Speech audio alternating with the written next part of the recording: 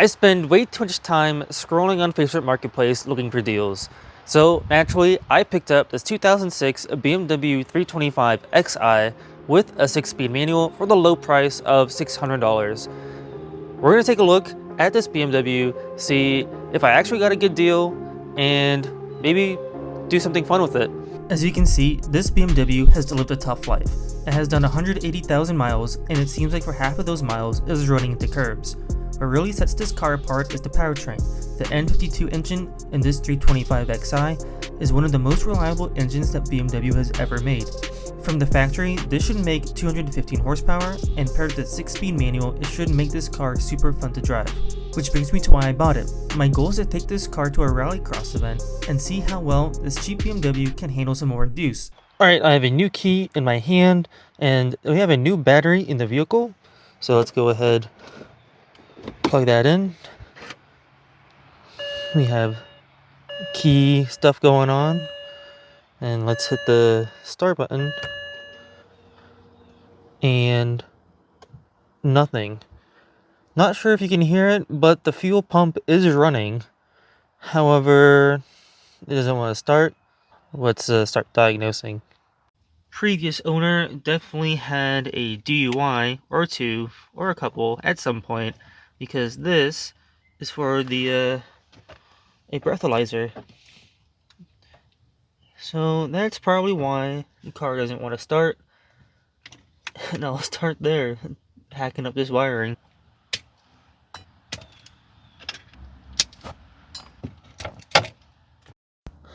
Alright, looking at the factory service manual for the wiring diagram, this black wire is actually what's supposed to go to the starter. So let's go ahead and connect this up, and maybe we'll get some life out of the starter here and start this bad boy up. Here's a look at the factory service manual. In the red boxes, you can see that the black wire is meant to go to the starter, so that's what I'm going to reattach. I've reconnected the wire using a crimp connection, so now I'm ready to start it again. And push to start.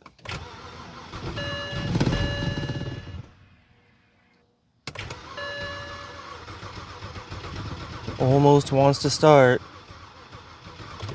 Alright.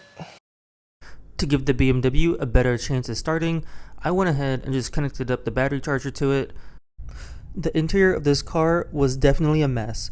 It had a whole bunch of trash in it, and the bigger issue was that it had a bit of a mold problem. So my first step is just to clean the trash out, and then afterwards I'm going to go in, hit it with some chemicals, carpet cleaner, and do my best to get the mold and smell out.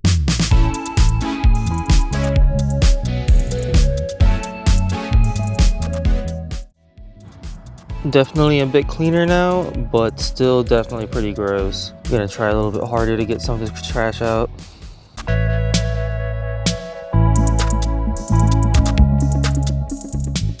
Cleaning up the front of the car, I found a lot of interesting things. Lots of bottle caps that went to beer bottles, and vape pens, and more importantly, just found the empty bottle of Tito's under the front seat. This is the type of people you share the road with, by the way. Now the breathalyzer makes a lot more sense. Also, it makes sense since I found the court documents that the original owner had of them getting a DUI and being in a hit-and-run accident. With all of that, that kind of explains at least some of the body damage and the curved wheels. Alright, filled up this whole trash bag with trash from the vehicle.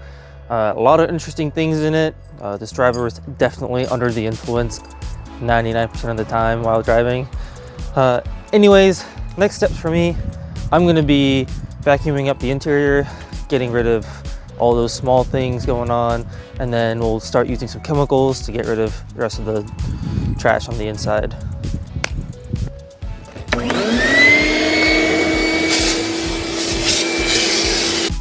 This owner also had a dog that practically lived in the car. As there was so much dog hair trapped in the carpet, it was pretty hard to get it out of the carpet fibers. What I ended up doing later on was using a brush attachment to a drill to help loosen up the dog hair from the fibers so I could vacuum it up. Then I used a carpet vac to get the rest of the dirt and grime out of the carpet.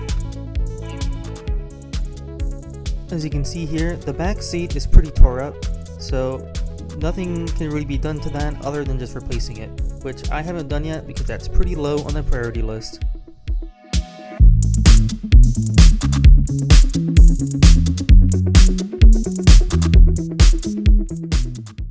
Alright, I let the battery charge a little bit on the trickle charger and clean up the inside so it's a little bit nicer to be in. So let's go ahead and see if it starts up again. Oh, there we go. Started up, but we have all of the warning lights on.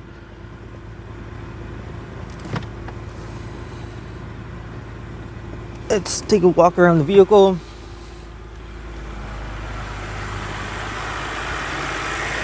Oh, something is smoking in there.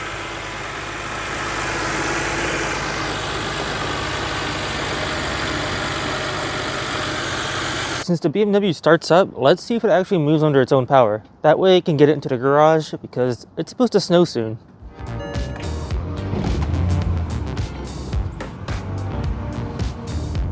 And thankfully we have reverse gear, and not only that, we have a forward gear. Nice! With the BMW in the garage now, first thing I want to do is check the fluids, then get the car up in the air and change the oil.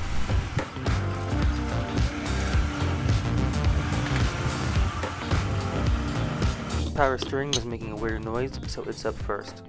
There is fluid down at the low level.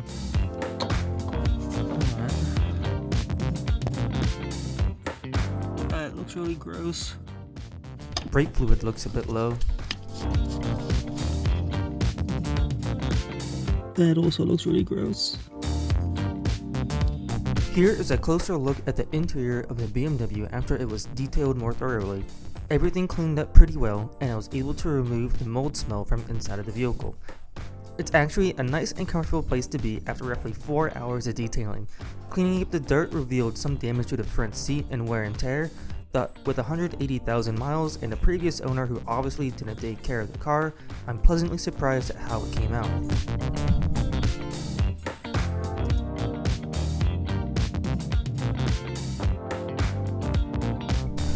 Now that the car is in the garage, it's a great time to read all of the error codes popping up on the dash. There are a lot of codes. Fortunately, a lot of them went away after I cleared them and drove the car around. The ones that I really care about are the cylinder 5 misfire and the multiple cylinder misfire. Those will definitely affect performance. I'm going to go ahead and change the spark plugs and coil packs at the same time since those are straightforward to do, and if those are bad, they're very likely to throw those codes. Here's a quick peek at what New England winters have done to the car. Honestly, not bad. Seen worse. Now is a great opportunity to change the oil since the car is up in the air. I don't want to run this car any longer than I have to with the old oil in the car. And there's no dipstick, so there's no telling the condition of the oil or how much oil is in it.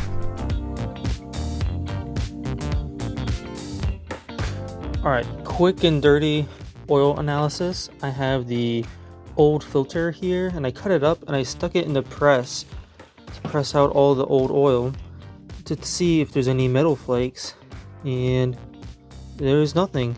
So I think this engine's actually in pretty decent health considering it has 180,000 miles on it. So no metal particles, looking pretty good. Let's go ahead and check for any play in these wheels.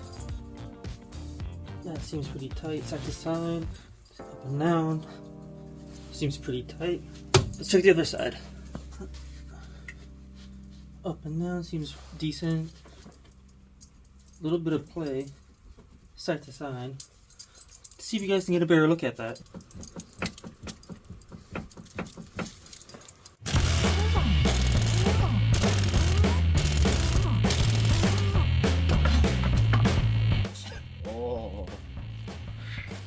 Well, that is a problem. That is why this car is riding so low. And looks like our boot there for the steering rack is torn, so that'll have to be replaced.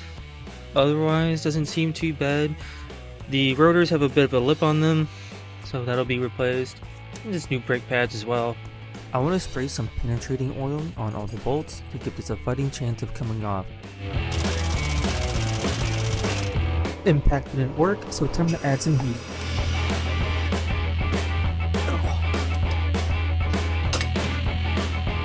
God damn it. Breaker bar also didn't work, so I'm just gonna get some new bolts.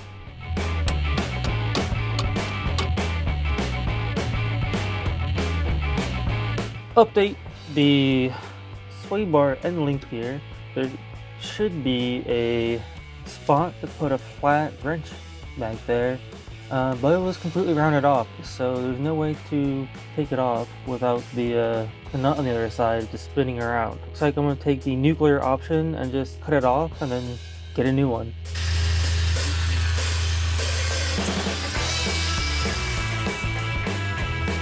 Now to deal with the bolt for the top hat. First step is to remove the strut brace. Then we'll have plenty of space to get in there and undo the top nuts.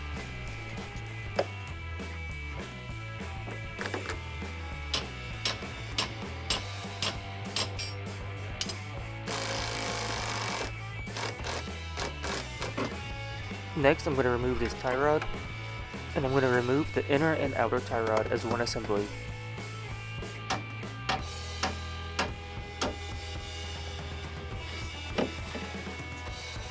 Here, I used a 38mm wrench to loosen the inner tie rod from the steering rack. Here, I'm just getting rid of what's left of the sway bar end link. Check out this front spring. You can see that it was actually broken here, and the broken piece is still up here. So, good thing I got a new one. And I've actually never seen this happen before. The previous owner must have hit something pretty hard to do this. With the old stuff gone, time to mess around with some new parts. Alright, out in front of me I have the components for the tie rod ends. So this is the old one, and this is all the new stuff. So I'm going to put the bellow on, and I'm going to assemble this with NTCs so that over time, if I want to redo the alignment, it's not going to be impossible. Alright, this is the final product. We have the boot here, inner tie rod, outer tie rod. I counted 11 threads on the old one, and so I put 11 threads on this side. Let's get this swapped in. They make torque wrench adapters for this kind of stuff, but I think Gutentite is the correct torque spec. Alright, in front of me I have the new Bilstein strut that I'm going to use, as well as the old one, so also a Bilstein unit. I also have some new parts that I'm going to be using as well. So this is a gasket for the top hat, and a new top hat, new bump stop, and a new dust boot. Looks like I accidentally ordered the wrong spring, so time to get some more parts. One complete strut, new pieces, hardware, time to go in. And the strut is in, using a jack as a third hand. With the strut in place, the top hat nuts are torqued down to 40 Newton meters.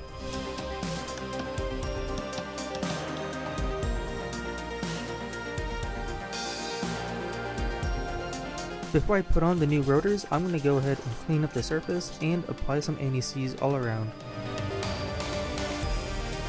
I'm only showing the passenger side in this video, but the driver's side is the exact same process. With everything in place, I can go ahead and torque everything down and then lower the car back onto the ground.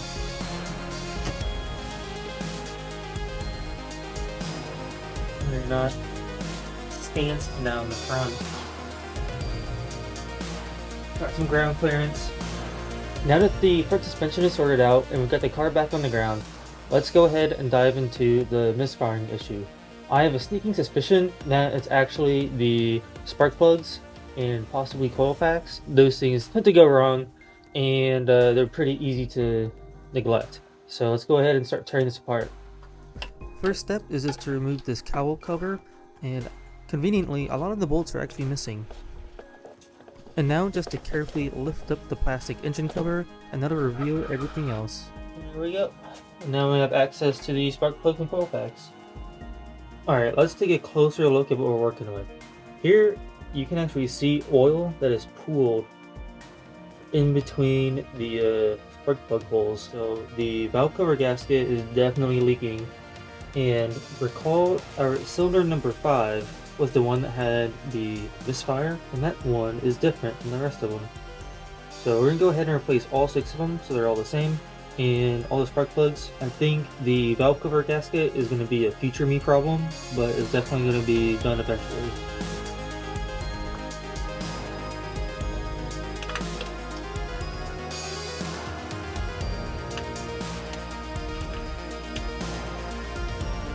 Yeah, so that spark plug is pretty gross looking. New spark plug going in, NGK iridium.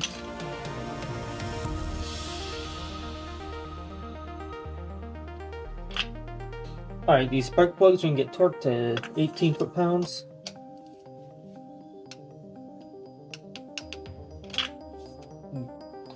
Alright, spark plugs in. Now put the new coil pack on. Went with a Bosch unit, so we'll see how this works. Old one, new one.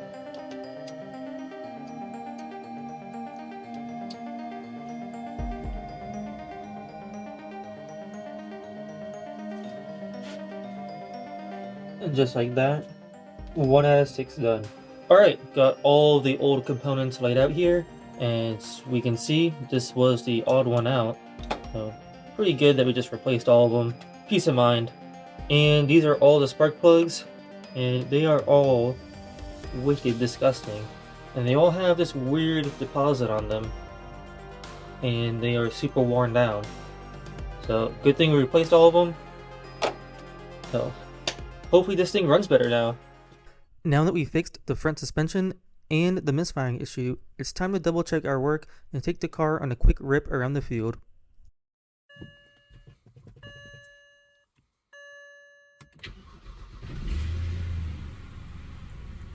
Alright, we started right up. And the car actually sounds pretty good, even though it's a little bit quiet. TC is shut off, so let's try this out.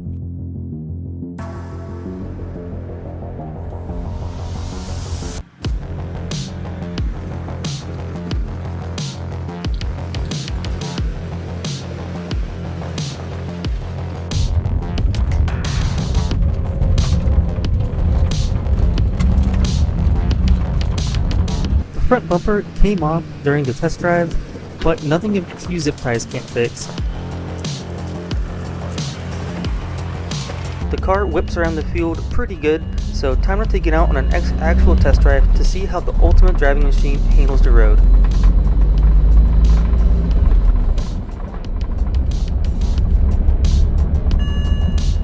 And that little bing was just the car telling me it's cold outside.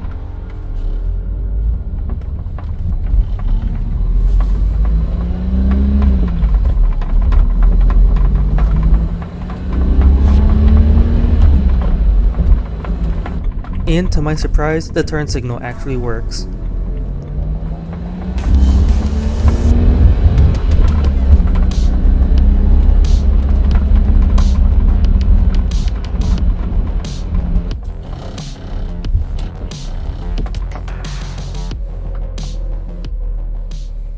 That about wraps up this video on this beautiful example of a E90 325 Xi.